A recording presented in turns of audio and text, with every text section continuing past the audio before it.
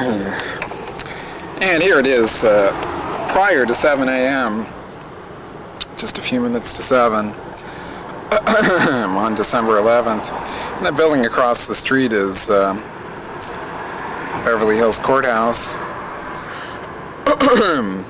And, well, here we are in Los Angeles, sitting on the steps of the library, trying to be practitioners of our First Amendment rights here.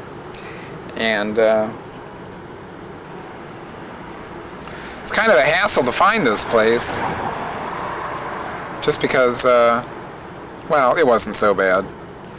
It was pretty easy, really. But some of these streets, just, you know, like to go from 9,000 to 9,300 is about a mile, so the addresses can be deceptive. Try to find an address on Melrose Place to find out what I mean. You just walk for blocks and blocks and blocks to find an address, because the spacing of the numbers is so stretched out. I guess everybody wants these addresses in Beverly Hills, so they've gerrymandered them so that some of these blocks go on forever. And anyway, what we're doing here is we're sort of ensconcing ourselves here on the library steps before opening time, of course, so that we'll be unseen by anyone except a few bookworm types who are using the library book return box here at the Beverly Hills Biblio. And so why have we traveled 1,200 miles? Well, because the last time, a month or so ago, in fact, I think it may have been exactly a month ago, the WID made an appearance and did a little curbside service for the press. And believe me, it was most remarkable, because first of all, there was a gaggle of camera personnel there. Just the sort of situation we'd like to impinge ourselves into.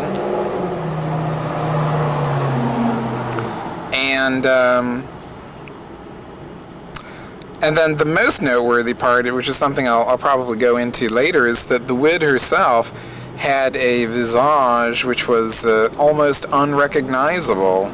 It literally could have been a drag queen playing Courtney Love if you didn't, you know, have several seconds of a video to examine to hear the voice and see the outline of the face that used to exist. It can be said that Courtney Love, the Wicked Wit, is now truly pretty on the inside only, and only then as a matter of her own contention.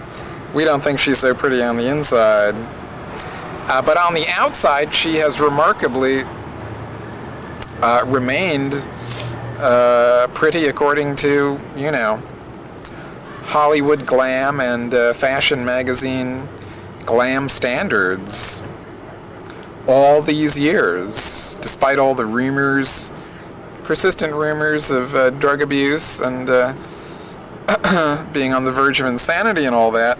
She's managed to literally keep up a good face, which is important, because if you look at an entertainment property like Courtney Love, it's very important that she not lose face, literally, and not keeping up one's face in the visual language of showbiz for someone in her position is literally loss of face.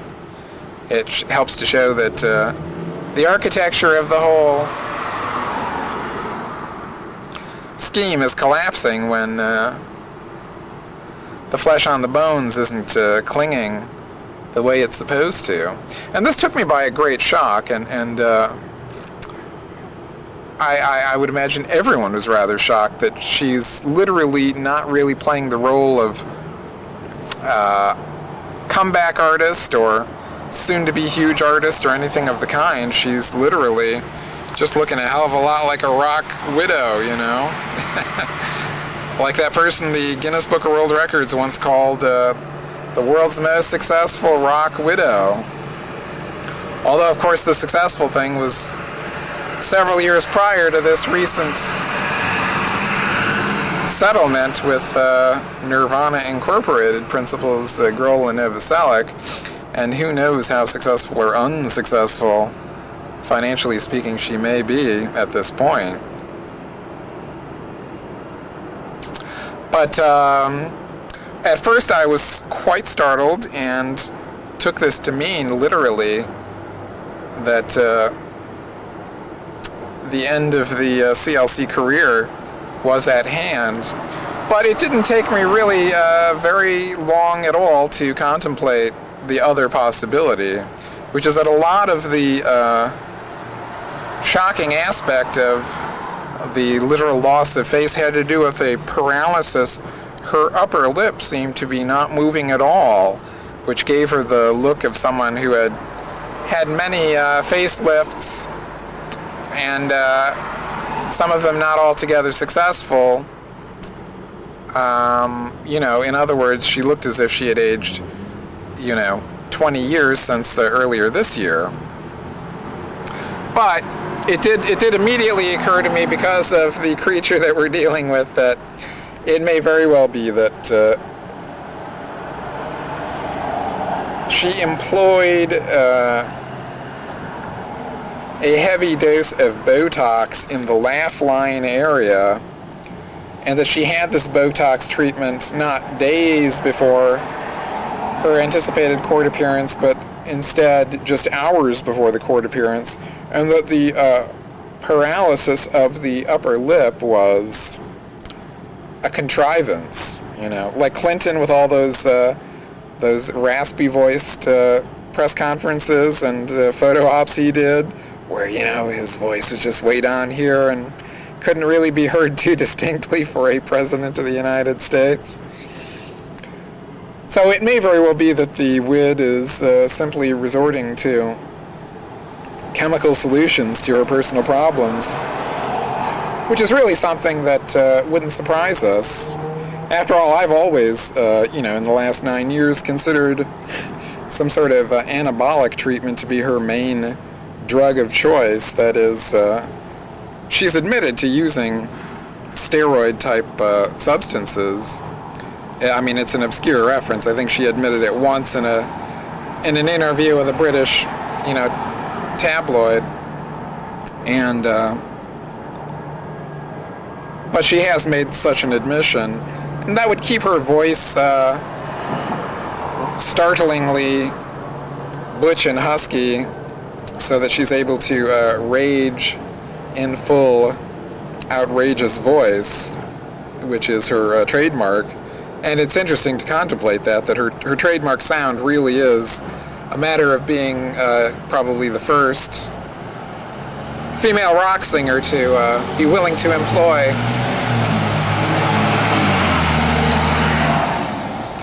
performance-enhancing drugs that are usually associated with Russian weightlifters and Major League home run champions and 300-pound footballers, for the purposes of her own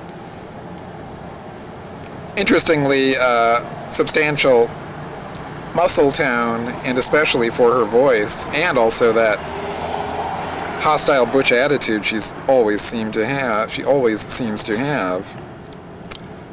to one degree or another. So we're going on for a few minutes here, and part of the reason is to get something on tape that shows that we were here, because I can see immediately that there's a big problem with our anticipated success at today, which is that there are big, huge signs marked entrance on two sides of the building, the front and the side. There's a parking garage, an underground parking garage, $5 all day, on the side of the building, which is a part of this Burton Street address, which means it's owned by the city of Beverly Hills. And what this means is that there's probably a security entrance there where they can go have their bags and pockets searched the same way they have a search function at these other two entrances, meaning that this building was, I mean, I would guess this building was built in the 60s or 70s, and certainly they knew that they'd be playing host to a lot of media events and celebrity defendants and celebrity plaintiffs in the future, and they seem to have built it with exits all round. I mean, there are even, you know, what looks to be at least 3 garage-type exits and various, believe me, various side door exits that could be used for any variety of escape functions. I mean, I'm looking at a side door where someone could pull an SUV up to the door within about 6 feet, meaning that a celebrity defendant could have several handlers blocking paparazzi to the extent that they would barely be able to get off a shot with a recognizable face if a defendant or otherwise a celebrity participant in a trial were to exit that door. Have a look.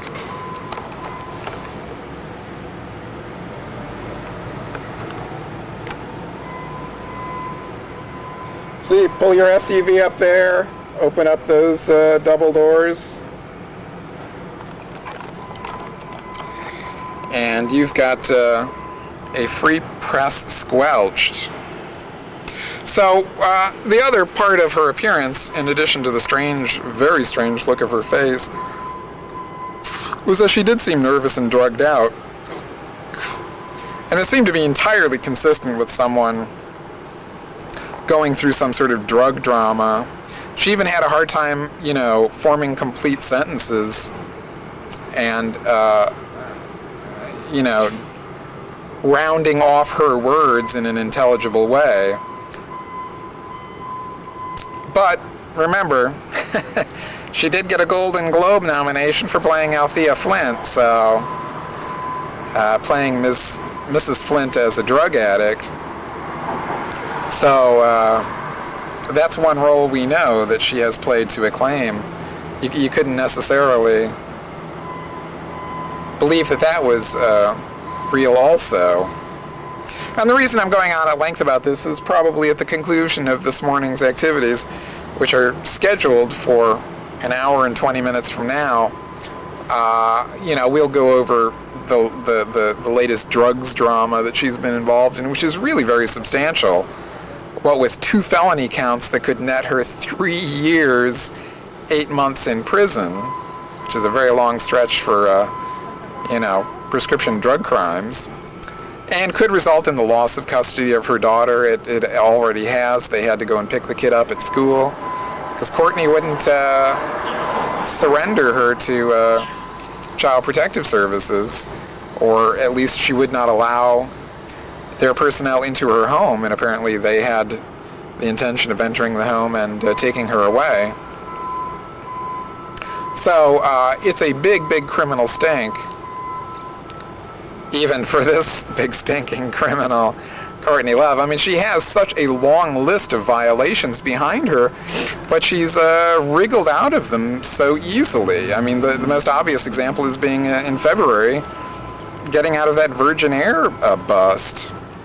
You know, endangering the lives of several hundred passengers by endangering the safety of an aircraft on a transatlantic flight, and yet being chummy with Richard Branson, who's lately been talking up the Tony Blair side on Iraq, by the way, on Charlie Rose. I mean, that is weird, you know, that in fact Richard Branson, the record retailer, near billionaire, or is he a billionaire now? But mega millionaire in any case, and probably a billionaire. In addition to, you know, doing record mogul things like letting CLC off on a very substantial criminal charge in a country which doesn't really bend over backwards to help Hollywood celebrities the way they do here in the town of Beverly. is also going around playing this international diplomatic role, so he would like us all to believe. Pretty heady stuff, you know. He wants to talk up Tony Blair and George W.'s policy on Iraq, where, you know, the not too affluent classes of this country, and to a lesser degree of their country over there, being sent off to fight that war. And one of Tony Blair's frontmen in this thing is Richard Branson, a guy who we know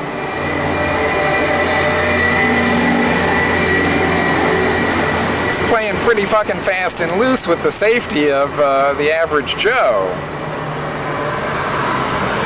Not even the average Joe, the average customer, and of course even the first class customers and the crew and everyone else on his very own Virgin Airways.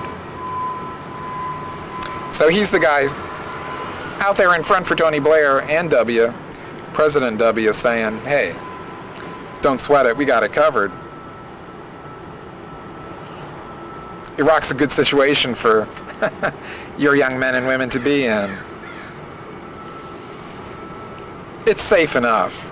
Just like Courtney Love going gaga, going nutso on a transatlantic flight. It's not entirely safe, but Sir Richard Branson says it's safe enough, so just take his word for it. Anyway, so the ideal situation here is we corner CLC, and we get like a 10-minute interview where, for some strange reason, she stands and delivers on the question she's dodged all these many years. But we're not anticipating that. It's actually it's a more bizarre outcome is even more likely than that, which is she goes nutso and tries to claw her eyes out or something like that, you know.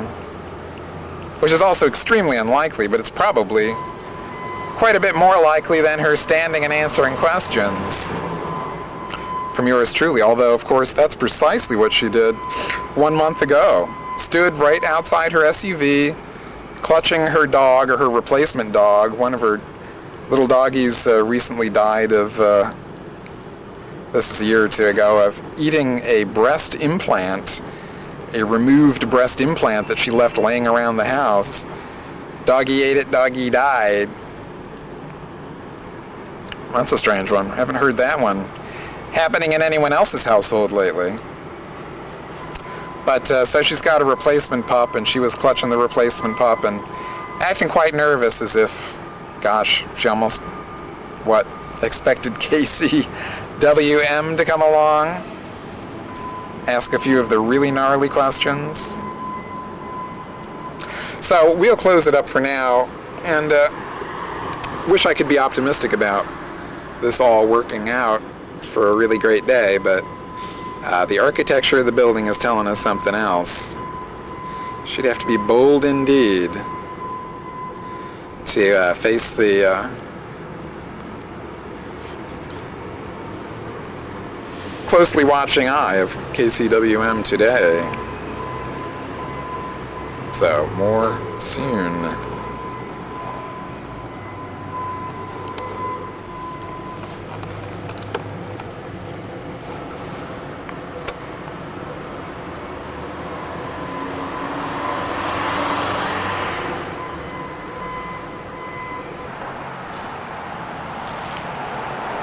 Yeah.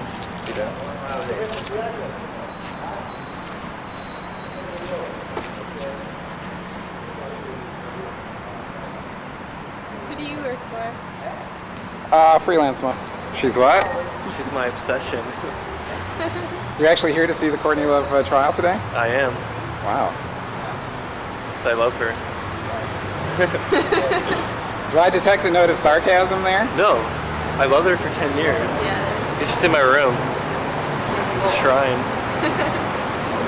Do you view her as a kind of a shady character? I mean, she's up on these drug felony charges, and they're alleging that she's like endangering the health and safety of her daughter.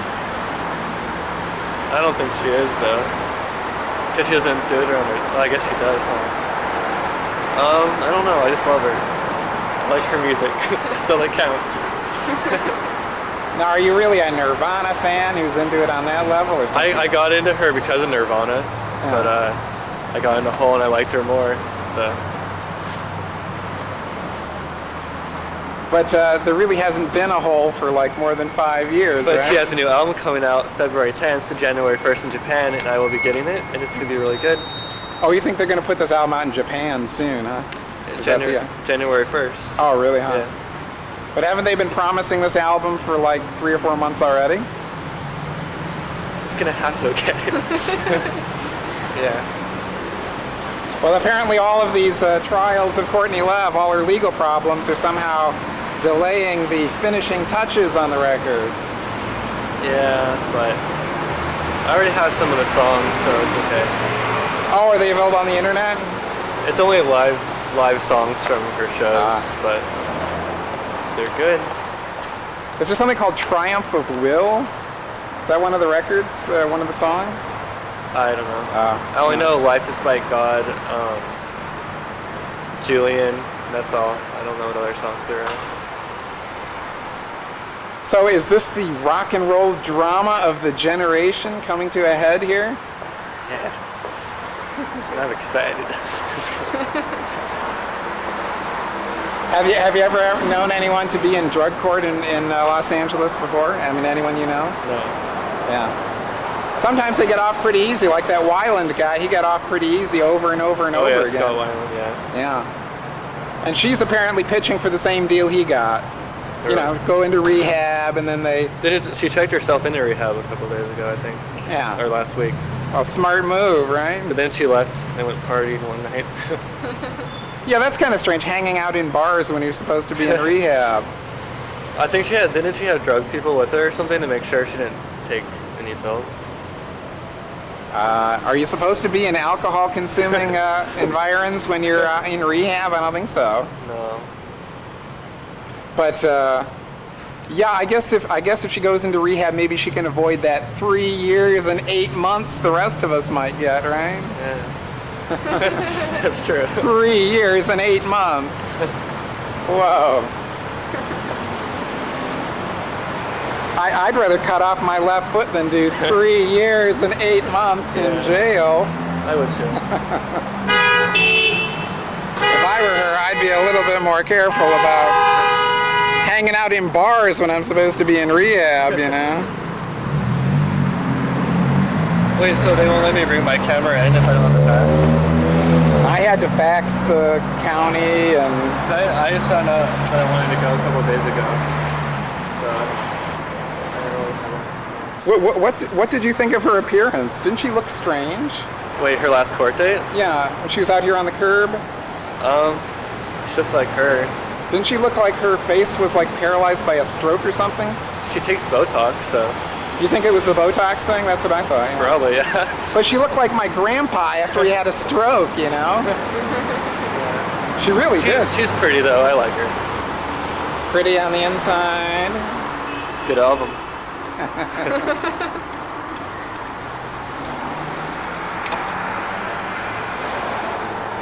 My bag on that sidewalk because it looked like it hadn't been street cleaned since the concrete was laid, you know. But not so in the town of Beverly. No water shortage here. Everything's nice and clean. Cleanliness is next to godliness. Isn't that of Courtney's slogans? Clean your works, kiddies. Cleanliness is next to godliness.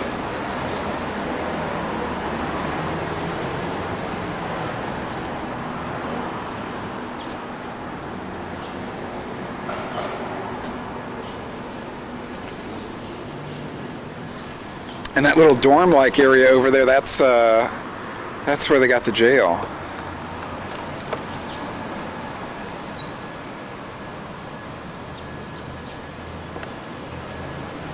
You don't get the terrace. You don't get those aren't little terraces for the prisoners, but there's like little narrow windows over there, and I didn't see the inside of the jail, of course, but everything here is so squeaky clean you can't sit down anywhere. It's all wet at 9 o'clock in the morning.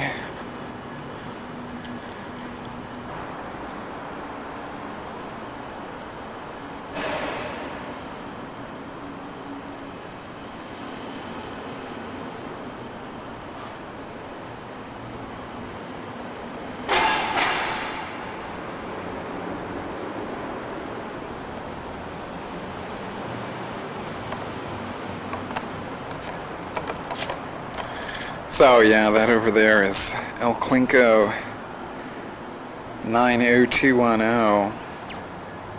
And when I was here in 3 years ago, I dropped in there to ask about records release and all that sort of thing, and they were kind of on high alert that I was asking about a local celebrity and all that. So my first impulse is to go over there and ask them if they would allow me to get a shot of the interior of one of their cells, which they might do. But, of course, since the PD here is in service to the local celebrities, why tip them off as to who I am and what I'm doing here any sooner than I really need to? But if I get a chance later in the day, I'll go over and ask if I can get an interior shot of the jail cells. But it's pretty cool. You would think that this locale would have been used in a lot of TV dramas about troubled teens and all that, but I can't recall ever having seen it. The the gold spire here and that whole city hall structure is seen in a lot of TV and movie stuff going back, since they built it, I'm sure. And I'm not sure when they built that part of it, but it may be seen in like Sunset Boulevard or something like that. I think I've seen it in Colombo. But no, this little courtyard here, this is where people should be having their contemplating why I'm doing drugs and being a wild, rebellious teen type scenes, but it's never, to my knowledge, been used for that. But anyway, I've got to chill out for a few hours, so I'm just waiting for the library to open.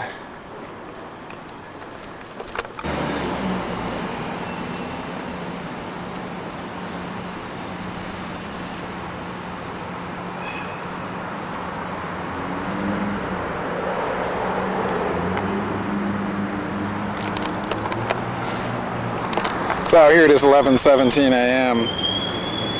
and we got the NBC affiliate circling the block. I can't imagine there's any other serial killer type action going on here in the courts of Beverly today. So I came back. I was at the library, and I came back because of the chance that the sort of indication of 11:35 was something, but I don't think so. The bailiff was pretty confident that it's 1:30, and the guy at the front door said there's been nothing going on, so 1:30 is the time that they come back in after being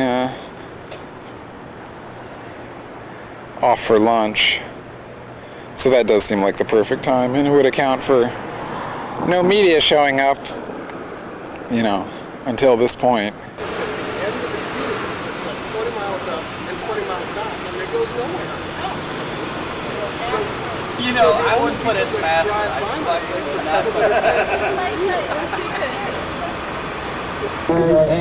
Hey, animal. Easy guys, easy guys.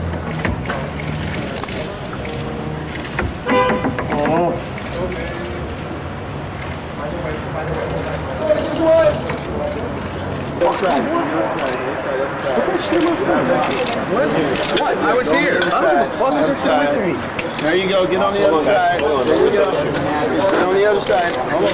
There you go. Hey, I want y'all to go on the other side.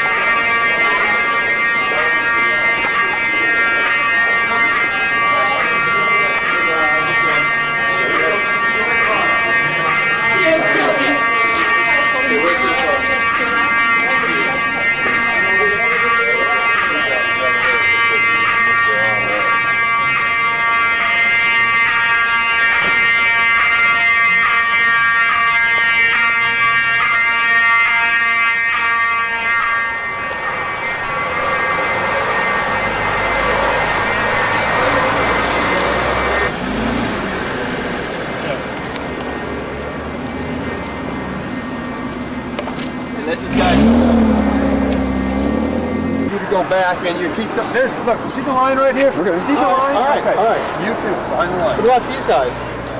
Sir? Back. Off the ramp. Go. Down low. Go. That's where I Go. am, man. Down low. Go. Okay, down low, up above, doesn't matter to me. Jesus Christ.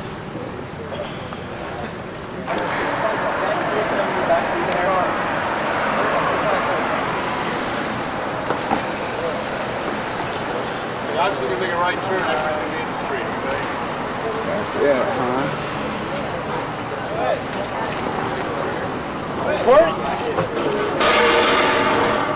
Courtney Love, is it true that Courtney? No. In 1993, did you offer Eldon Hoke $50,000 to murder your husband, Kurt Cobain? Oh God, Richard Lee, you suck so bad. Courtney, according to eminent polygraph examiner Edward I. Gelb, Oh God, Eldon Hoke, so need to go. El Duce passed a lie detector test with the highest degree of truthfulness. Is it true that Courtney? No. In 1993, did you offer Eldon Hoke $50,000 to murder your husband, Kurt Cobain? Oh God, Richard Lee, you suck so bad. Courtney, according to eminent polygraph examiner Edward I. Gelb, Oh God, Eldon Hoke, so need to go. El Duce passed a lie detector test with the highest degree of truthfulness. According to the leading polygraph examiner in the world, you offered $50,000 to...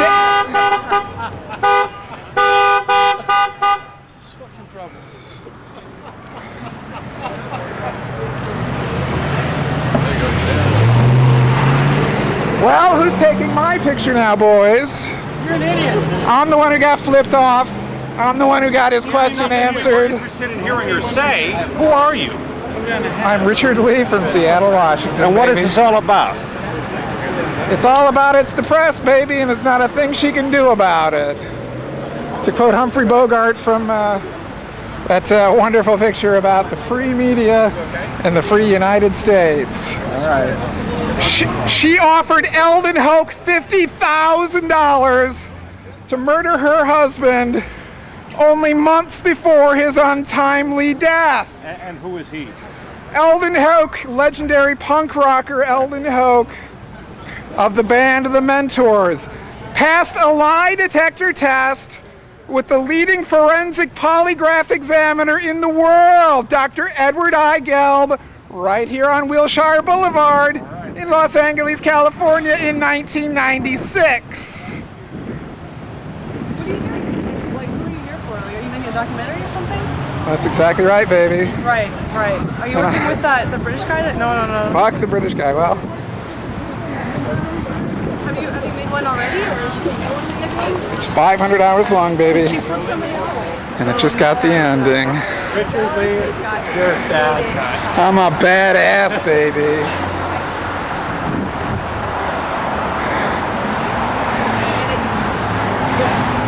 Did you get your flip-off photo? Am I the star of the day? Did you get your flip-off photo? No. Oh, where's your motor drive, honey?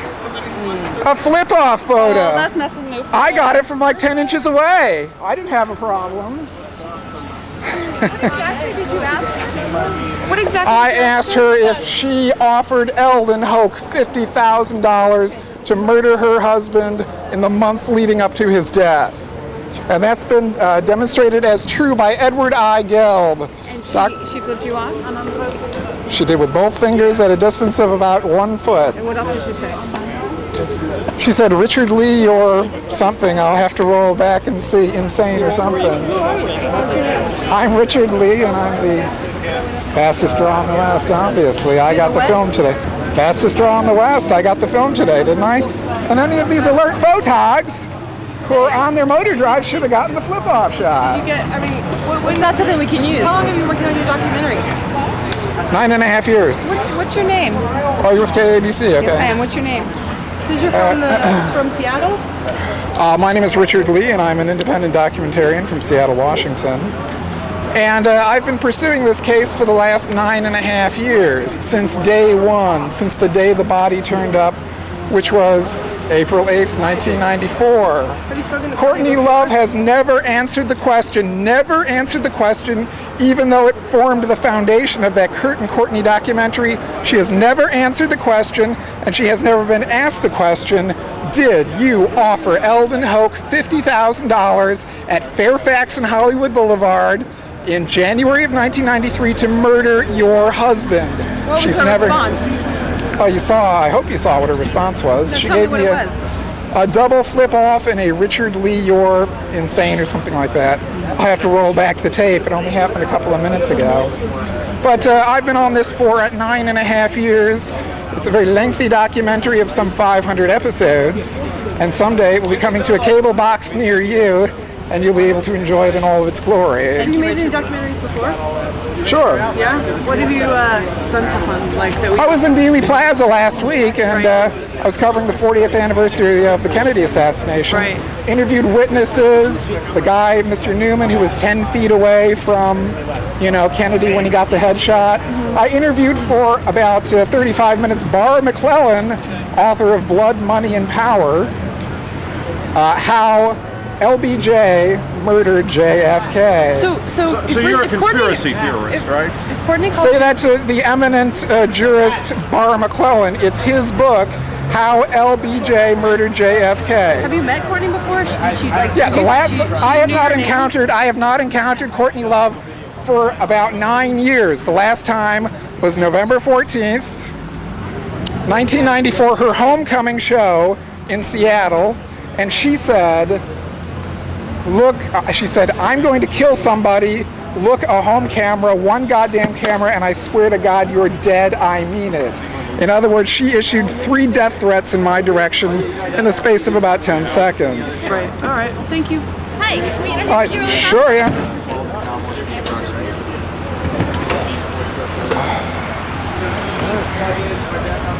Y'all extra? Yeah. Sorry about the disheveled hair, but... Okay, tell me your name.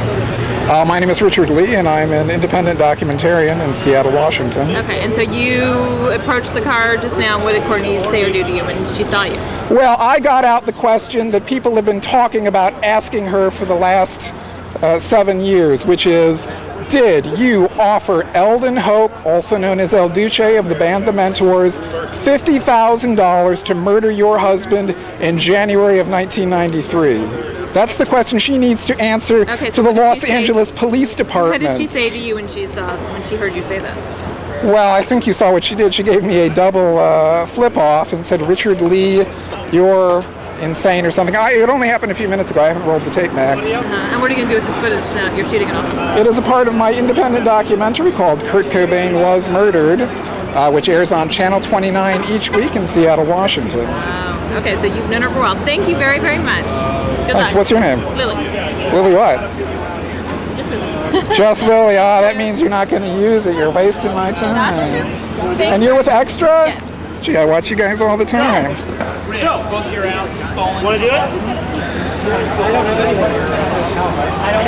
No CJ? I watch CJ every day, man.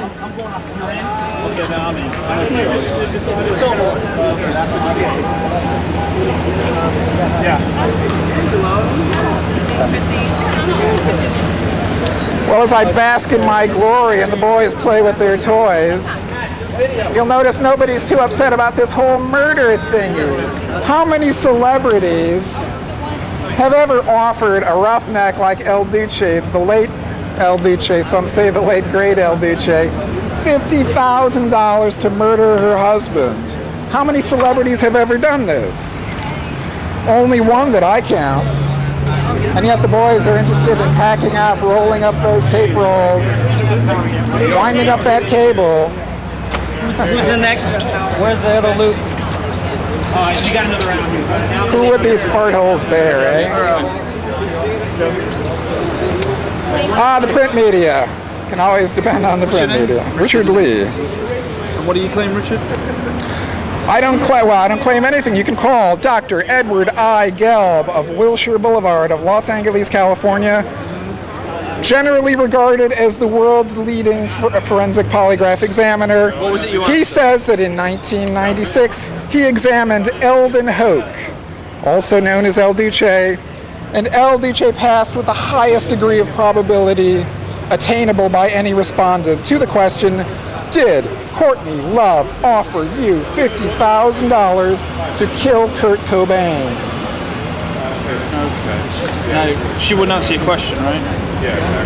Not directly, no. Well, I'll have to roll back the tape if you're willing to wait a few minutes. I can do that for you. Okay, that's great. Who are you with? I'm with print. I'm with an agency called Splash News. And we Smash News? Splash. We do most of the Splash. international stuff for the prints in Europe. Oh, okay. I'm big in Europe.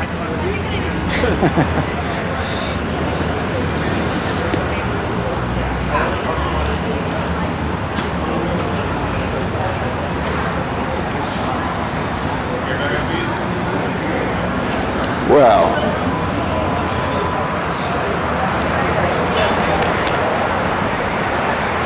paparazzo extraordinaire am I? Oh, oui, I think so. Did you hear all the bitching and moaning after I helped these guys get their double flip-off shot? What a bunch of whiners. What were they scratching their nutsacks when that was going on? The only two cameras I'm talking to now are my own two cameras. Were these guys, hey, if Jacko comes by and dangles a baby, what are these guys gonna do, you know? Bend over to tie their shoelace? Boys, I gave you the shot of the day. And in some sense, when's the last time she gave anyone? I've never seen her give a double flip-off. So by any standards, I should be riding high on the shoulders of the local media. But why is it not happening? It's some fucking wacky murder thingy. Hey, we were just here to get the pic, baby. We're just here for snaps. You know? When it comes to, hard stuff like investigating murders, Jesus, fuck. Why should we bother? That's a real story. Some guy spends 9.5 years on this gig, and he gets his crowning moment from the Wicked Wit herself. I'll tell you what that was all about. She doesn't want me coming back for more. What do you think I'm gonna do? I'm coming back for more. CJ, running from the scene of the crime, man. Did you get the double flip off? No answer. In other words, they got it, baby. They just won't admit it because they won't use it.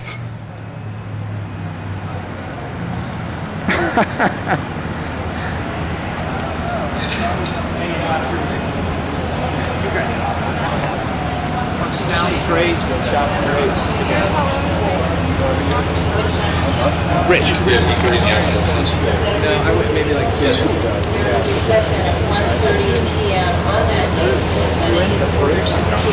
Hey, Bruce. Yes, sir. Bruce, you're pool on this from now on after this. Exactly. You're the pool guy from now on, Yeah, period. every story I'm on. She's out of the See you at Jackson. See what happens? Really seems to Michael Jackson. I want to give him that tape. That's Stephen's job. Stephen's Oh, that's good stuff. Yeah, Michael Jackson. Go back. See, look at her. She's all wacky. She's an actress. Look at her. She's wacky, dude. She's great.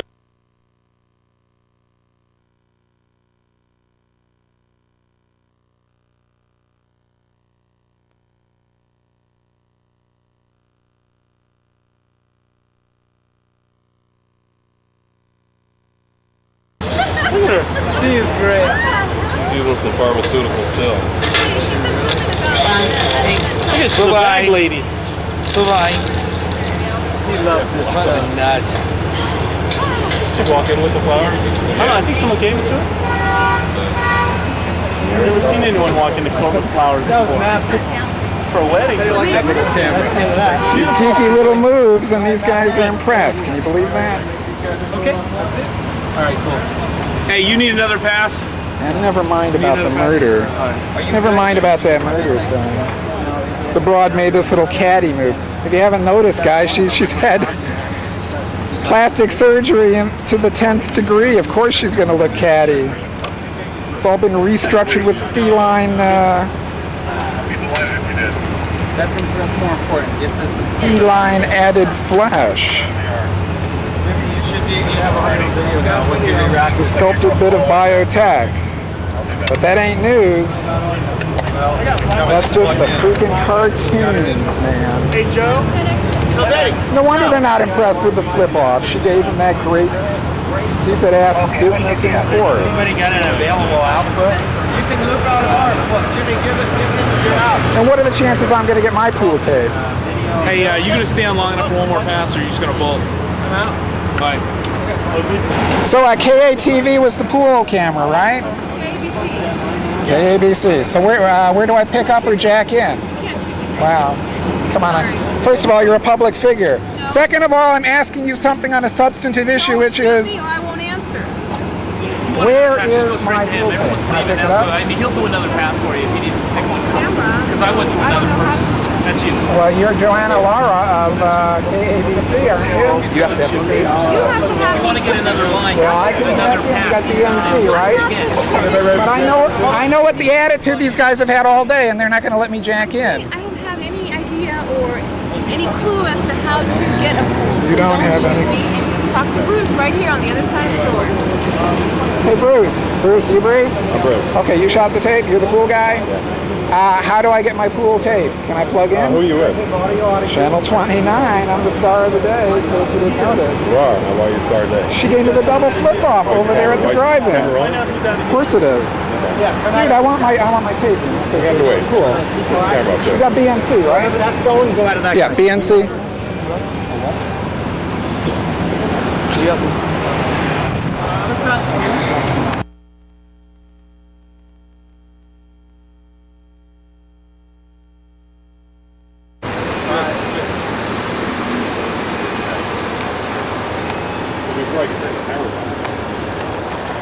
Two guys are all jacked in and they're rolling. We're rolling. They're getting the whole hearing. What about moi? You assaulted me, you son of a bitch, and you did it on tape. You bet your ass I'm going to be calling your management. I'll be on the phone with your management at KABC within minutes. Count on it, Brucey. You owe me that pool footage, and instead of providing me with the pool footage, you assault me like a dirty bastard. But you don't have it, so that means you're not a member. I followed all of the directives of the deputy. But you don't have it now. For him I don't to have share, what, sir? For him, you don't have the proper credentials for him to share the pool tape with you. That's not clearly And then what you established. tried to do to circumvent that is to videotape the monitor in there. And That happened several minutes before. that's the same thing as downloading music illegally. You're downloading. Okay, so that happened several minutes before the really vicious assault. During the really vicious How assault, vicious? he tried to break my camera. The camera is not properly He's functioning trying now. to shut it off. He popped the eject mechanism. This Right. part of it came up the most In an delicate part attempt of the for camera. you to not to pirate his videotape. In court again today, you're going to see some strange behavior in yesterday's court appearance. At 10 o'clock on ABC's 2020. Singer-actress Courtney Love faces a hearing on a misdemeanor drug charge today. Love was in a Beverly Hills courtroom just yesterday on 2 felony drug counts. The charges are all linked to her October arrest when she was caught with illegal prescription painkillers after an overdose. Now, this court proceeding was short and unremarkable for the most part, except for one bizarre exchange between Love and her attorney. Could we have 1:30 in the afternoon? What does that mean? Probation. Probation.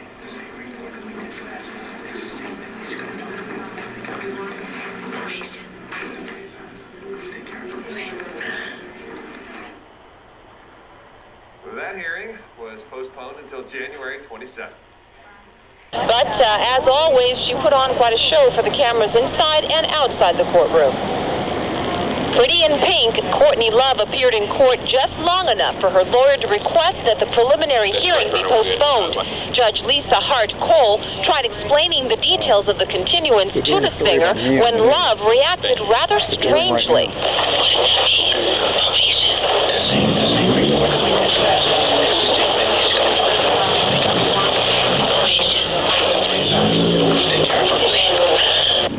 Outside the court, a media frenzy to catch up with Love was as colorful as her outfit. Courtney appeared ready to face the cameras, but before any reputable media outlets could fire a question, this man, a self-proclaimed documentarian and conspiracy theorist, Richard Lee, suggested Love, Kurt Cobain's widow, wanted her husband dead before he committed suicide. Richard Lee, you suck so bad. Last month, Courtney Love caused a media spectacle outside a Beverly Hills courthouse. Well, Thursday, Tony Potts found Courtney making a repeat performance. I don't understand. Sure. It began with confusion. Continued with a bizarre show of claws.